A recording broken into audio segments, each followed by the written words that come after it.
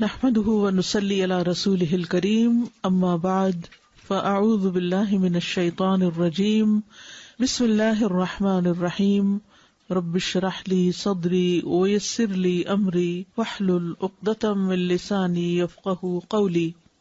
ایک چیز جس کی ہم میں سے ہر ایک کو ضرورت ہوتی ہے وہ ہے استخارہ کرنا۔ حدیث میں آتا ہے کہ حضور صلی اللہ علیہ وسلم صحابہ کرام کو استخارہ کی دعا اس طرح سکھاتے تھے جیسے قرآن کی سورت کوئی سکھائی جاتی۔ قرآن مجید کی سورت سیکھنا کیوں ضروری ہے؟ کیونکہ اس کے بغیر نماز ہی نہیں ہوتی۔ آپ نماز میں سورت فاتحہ نہ پڑھیں تو نماز ہی نہیں، اور سورت فاتحہ کے بعد کوئی اور سورت نہیں ساتھ لگائیں تو آپ کی نماز نہیں ہوگی، اور نماز نہیں تو دین ہی نہیں۔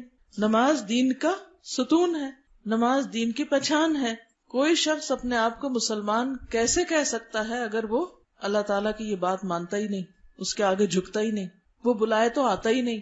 یہ 5 وقت بلاوا آتا ہے، آؤ اللہ کی طرف، حی علی الصلاۃ، حی علی الفلاح، کتنی مسجدیں پکار رہی ہوتی، آؤ نماز کی طرف، آؤ کامیابی کی طرف۔ لیکن کچھ لوگ پرواہ نہیں کرتے کہ انہیں کوئی پکار رہا ہے، اور ہر دفعہ ان کی غیر حاضری لگ جاتی، اور پھر ایک دن آئے گا کہ اللہ کے ہاں وہ غیر حاضری رجسٹر پیش کیا جائے گا کہ یہ بلانے پر بھی نہیں آئے تھے۔ آپ دیکھیے کہ اگر ہمیں کوئی بلائے، 1 دفعہ بلائے، 2 دفعہ بلائے، 3 دفعہ بلائے، اور ہم جائیں ہی نہ، اس کے ساتھ ہمارے تعلقات کیسے ہوں گے؟ پھر اگر ہم اس کو بلائیں گے تو وہ آئے گا؟ اللہ مہربان ہے، وہ پھر بھی ہماری دعا سن لیتا ہے، لیکن اگر وہ نہ سنے تو اس کا حق ہے، نہ سنے بے شک۔ کیوں؟ اس لیے کہ جب اس نے ہمیں بلایا تھا کہ میری عبادت کے لیے آؤ، حالانکہ اس کو ضرورت بھی کوئی نہیں، ہمارے ہی فائدے کے لیے ہم کو بلایا تھا، تو ہم حاضر نہیں ہوئے۔ اب اگر ہم اس کو بلاتے ہیں اور وہ ہماری دعا نہ سنے تو وہ ظالم نہیں، ظلم ہم نے خود اپنی جان پر کیا کہ اللہ سے کوئی تعلق نہیں رکھا۔ تو بہرحال ہم سب کے لیے لازم ہے کہ ہم اللہ تعالیٰ کی طرف رجوع کریں، خوشی میں بھی غمی میں بھی اللہ کو پکاریں۔ بات صرف اتنی ہے کہ ہم عام طور پر صرف غم کی حالت میں، دکھ کی حالت میں، مشکل میں، فکر مندی کے وقت اللہ کو پکارتے ہیں، لیکن جب اچھے حالات ہوتے ہیں تو اللہ کو بھول جاتے ہیں۔ جو 4 نمازیں پڑھتے ہیں تو وہ بھی چھوڑ بیٹھتے ہیں۔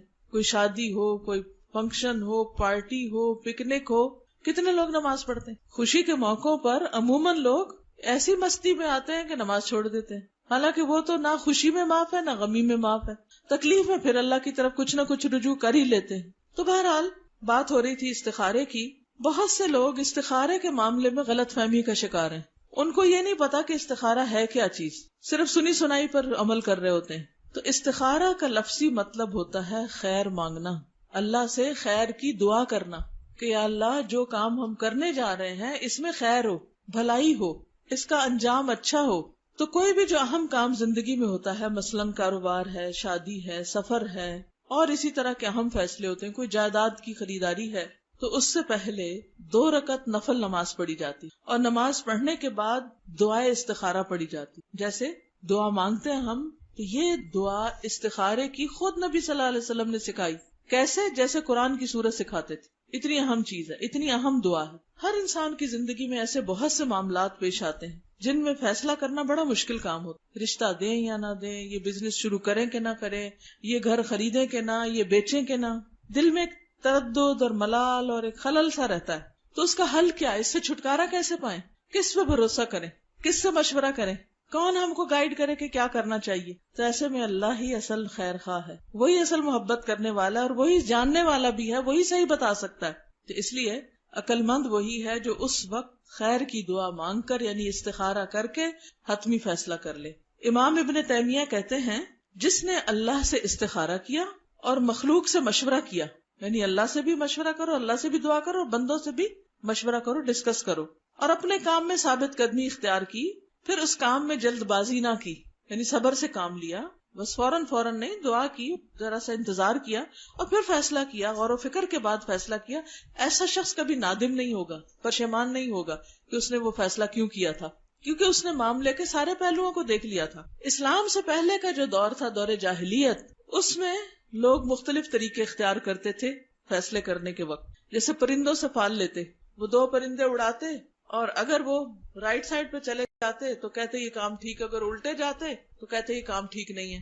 اسی طرح نجومیوں اور کاہنوں کے پاس جاتے تھے، ان سے پوچھتے تھے، قرآن اندازی کرتے، قیافہ شناسی کرتے، تیروں کے ذریعے قسمت کا حال معلوم کرتے۔ لیکن اسلام نے ان سارے خود ساختہ طریقوں کی بجائے بندوں کو اپنے رب سے مشورہ کرنا سکھایا۔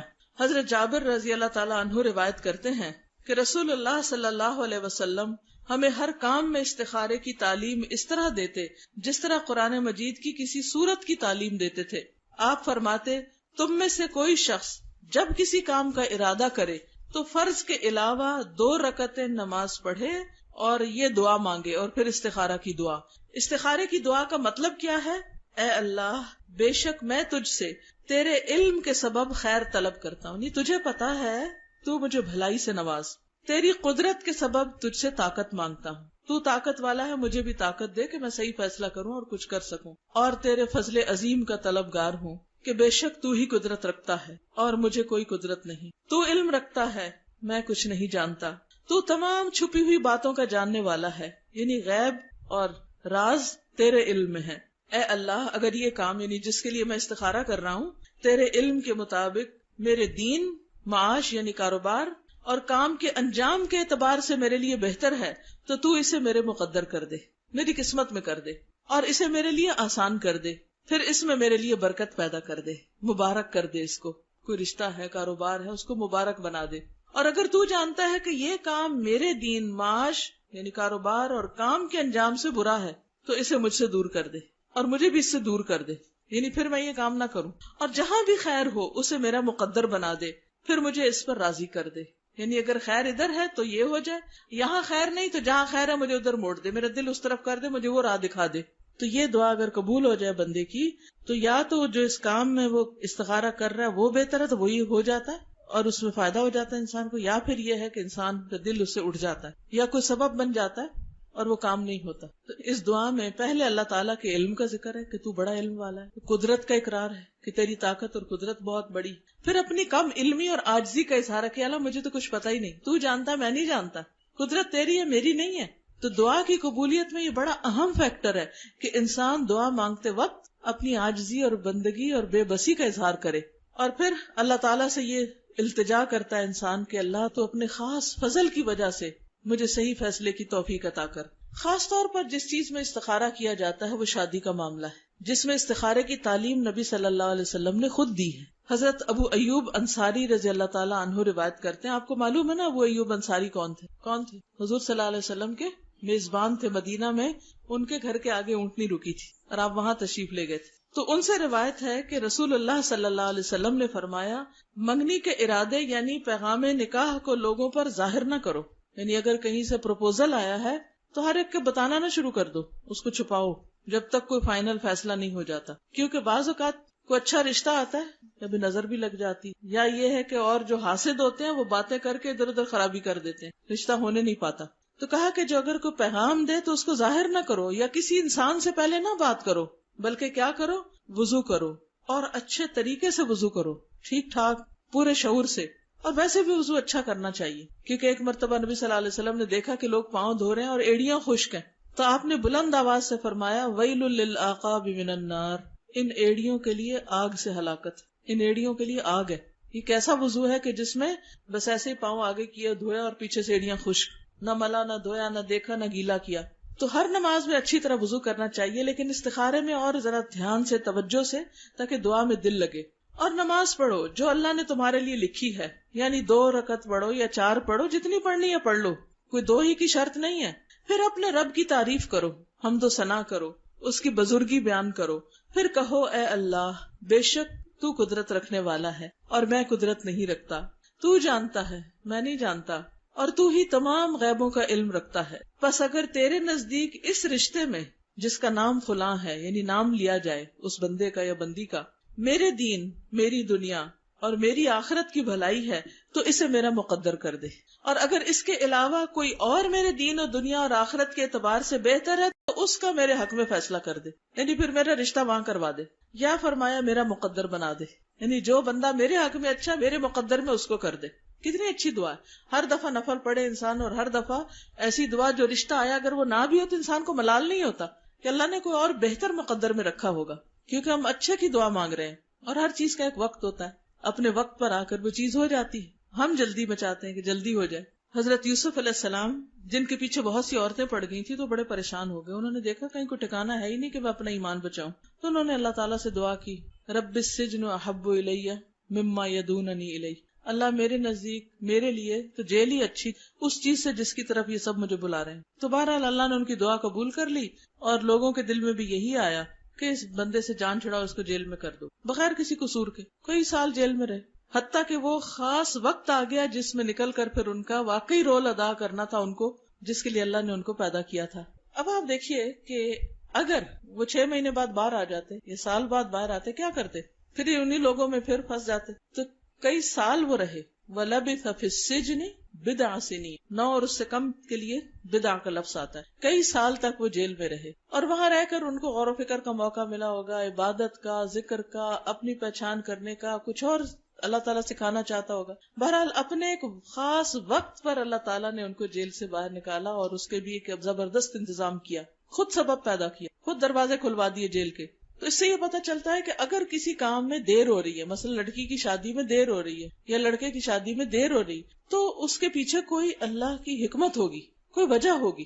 کیا پتا آپ جلدی کریں اور دوسرے دن بچی گھر آئی بیٹھی ہو یا کوئی اور ایسی پریشانی لگ جائے, تو اس لیے جلدی نہ مچائیں.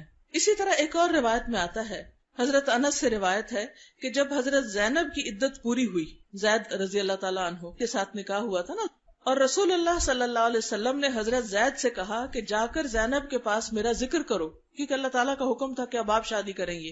حضرت زید فرماتے ہیں کہ میں نے جا کر کہا, اے زینب خوش ہو جاؤ, مبارک ہو, مجھے رسول اللہ صلی اللہ علیہ وسلم نے تمہارے پاس بھیجا ہے, وہ تمہارا ذکر کرتے ہیں. اس سے ایک بات یہ بھی آپ دیکھیں کہ صحابہ کا مقام کتنا بڑا تھا, ان کا اخلاق کتنا بلند تھا. یہ وہی شخص ہیں جنہوں نے طلاق دی تھی حضرت زینب کو, نبی صلی اللہ علیہ وسلم انہی کے ذریعے میسج بھیج رہے ہیں. آج تو اگر کسی کو پتا چلے تو وہ وہی ختم کروا دے اور 10 الزام لگا دے. بہرحال زینب خوش ہو جاؤ, مجھے رسول اللہ صلی اللہ علیہ وسلم نے تمہارے پاس بھیجا ہے, وہ تمہارا ذکر کر رہے ہیں, یعنی نکاح کے لیے. تو زینب بولی, میں کچھ فیصلہ نہیں کروں گی یہاں تک کہ میں اپنے رب سے مشورہ کروں. جیسے اوپر کی حدیث میں تھا نا, کسی سے ذکر نہ کرو جب تک استخارہ نہ کرو, کسی بندے سے بھی مشورہ نہ کرو. ہم سارے جہان میں عام کر دیتے ہیں, پھر خیال آتا ہے اچھا بات پکی کرنے سے پہلے استخارہ بھی کر لیتے ہیں, یا کئی لوگ تو پکی کرنے کے بعد استخارہ کر رہے ہوتے ہیں. تو اب یہ زبان ہے, یہ کیا ہے, ایک دفعہ ہاں پھر نہ, پھر ہاں, کھیل بنا لیا ہم نے شادی کو بھی. تو بہرحال یہ کہہ کر وہ نماز کے لیے کھڑی ہو گئی, فوراً استخارے میں کھڑی ہو گئی. حالانکہ پیغام کس کا آیا تھا؟ اللہ کے رسول صلی اللہ علیہ وسلم کا. کیا اس میں بھی کوئی خرابی ہو سکتی تھی؟ بعض اوقات ہم کہتے ہیں لو آبویس ہے, اتنا اچھا لڑکا ہے, اب اس کا کیا استخارہ کرنا, یہ اتنی نیک لڑکی ہے, کیا استخارہ کرنا. نہیں, پھر بھی کرو. حضرت زینب حضور صلی اللہ علیہ وسلم کے رشتے پہ استخارہ کر رہی ہیں, اور جواب کیا آیا؟ اور قرآن نازل ہوا. پھر رسول اللہ صلی اللہ علیہ وسلم بغیر اجازت طلب کیے تشریف لے آئے, کیونکہ اللہ نے نکاح آسمان پہ کرا دیا تھا اور آپ تشریف لے آئے. یہی استخارے کا جواب ہوتا ہے کہ رشتہ طے ہو جاتا, بات پکی ہو جاتی یا ختم ہو جاتی. تو بہرحال یہ استخارے کا ایک بہت ہی اہم پہلو ہے. تو شادی کاروبار وغیرہ میں تو عام طور پہ ہم استخارہ کرتے ہیں, لیکن زندگی کے بعض اوقات جو اور روزمرہ کے معاملات ہوتے ہیں اس میں ہم نہیں کرتے, پھر پریشان رہتے پتہ نہیں صحیح ڈیسیژن کیا کہ نہیں کیا. اس میں بھی کر لینا چاہیے. مثلاً صحابہ کرام کا طریقہ یہ تھا کہ ہر اہم کام میں استخارہ کرتے تھے. جب رسول اللہ صلی اللہ علیہ وسلم کی وفات کے بعد آپ کو دفن کرنے کا مرحلہ آیا, یعنی آپ فوت ہو گئے اور آپ کو کفن وغیرہ پہنا دیا گیا, تو یہ تھا کہ آپ کی قبر کس طرح کی ہو, بغلی ہو یا شق ہو, سیدھی ہو. اب کوئی ڈیسائیڈ نہیں کر پا رہا تھا کیونکہ کوئی سمجھ نہیں آ رہی, کوئی تعلیم مل نہیں رہی تھی کہ زیادہ بہتر کیا ہے. تو انہوں نے اس پر استخارہ کیا کہ ان میں سے زیادہ بہتر کیا ہے. بعض اوقات ایسا ہوتا ہے نا, 2 چیزیں آپ کے سامنے ہوتی ہیں, تو آپ کہتے ہیں یہ رشتہ بہتر ہے یا یہ بہتر ہے, یہاں جانا بہتر ہے یا یہاں جانا بہتر ہے. تو اسی طرح انہوں نے بھی اس پہ استخارہ کیا. اور کیا ہوا؟ حضرت انس بن مالک کہتے ہیں کہ میں اس وقت مدینہ